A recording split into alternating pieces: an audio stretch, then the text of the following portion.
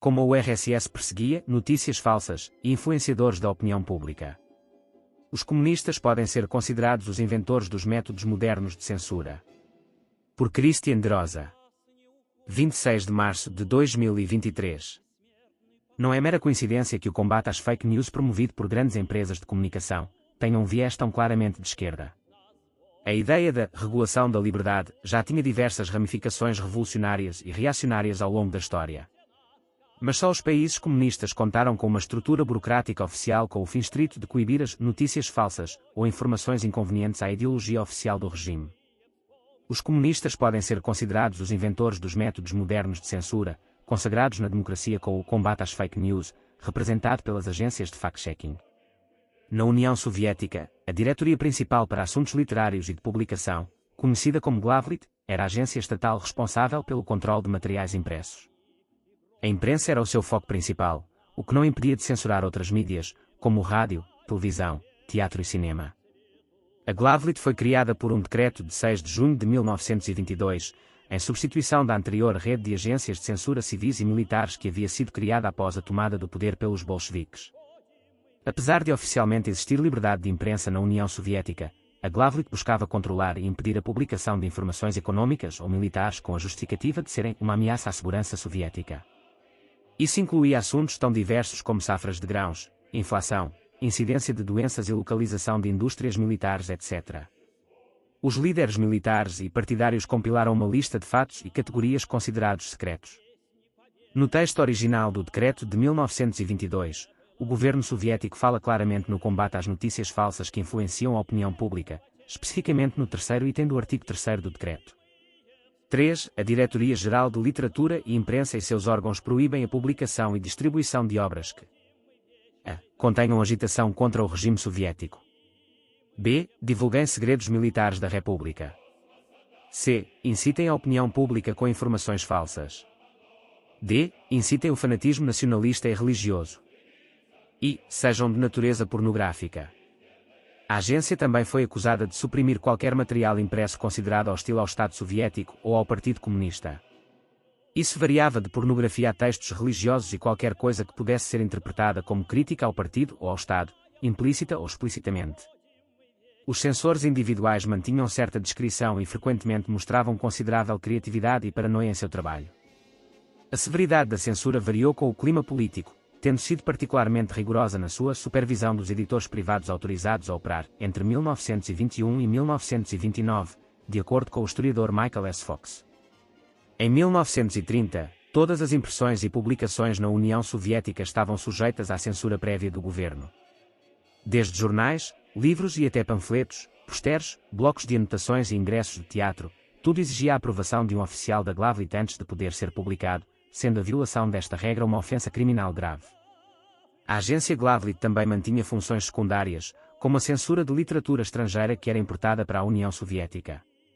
Também participou de operações de eliminação de materiais considerados provenientes de inimigos do povo, de bibliotecas, livrarias e museus. A Glavlit fez parte do chamado Comissariado do Iluminismo da República Russa até 1946, quando foi colocada sob a autoridade direta do Conselho de Ministros, tendo seu nome mudado várias vezes, prática comum em agências comunistas. Apesar dessas mudanças, a sigla Glavlit continuou a ser usada em fontes oficiais e não oficiais. Tecnicamente uma instituição estatal, Glavlit respondia diretamente ao Comitê Central do Partido Comunista, que supervisionava todo o seu trabalho e indicava seu líder. Cada uma das repúblicas soviéticas tinha seu próprio Glavlit, sendo que a agência russa dava o tom geral para a censura soviética. O longo período de censura fez com que escritores russos criassem métodos de autocensura, evitando problemas, o que evidentemente produziu um efeito de silenciamento geral sobre as críticas à política soviética. Os métodos oficiais da Glavlit foram sendo relaxados a partir de 1988, a partir da Glasnost de Mikhail Gorbachev, deixando de existir oficialmente em 1991. No entanto, muitos escritores relatam outras formas de pressão estatal sobre os meios de comunicação existentes até hoje na Rússia. No Brasil, iniciativas como a CPMI das Fake News, Inquérito das Fake News e Lei das Fake News, estudam a criação de órgãos de combate às notícias falsas nas redes sociais. O WhatsApp da época, conversas populares preocupavam o regime. A conversa entre as pessoas era motivo de grande preocupação, da mesma forma como o WhatsApp parece ser uma ameaça ao regime, segundo ministros do STF, hoje. O cartaz afixado nas ruas dizia: fica alerta. Hoje em dia até as paredes estão nos ouvindo. Fofoca e conversa mole beiram a traição. Não fique de conversa mole. Discurso religioso preocupava o regime. Assim como na atualidade, o discurso religioso era visto com frequente suspeita e calado sob a justificativa do Estado laico, isto é, do regime ateísta da União Soviética.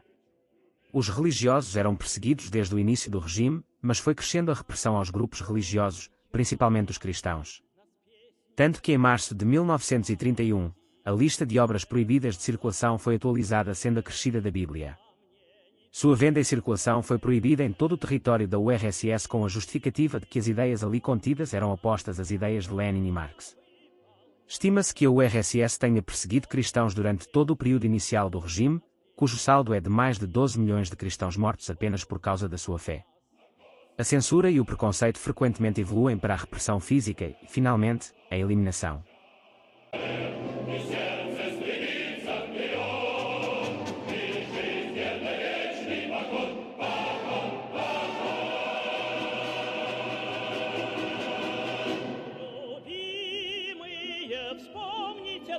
Когда, выполняя приказ, выходим мы вечной дороге навстречу, любимые, вспомните нас.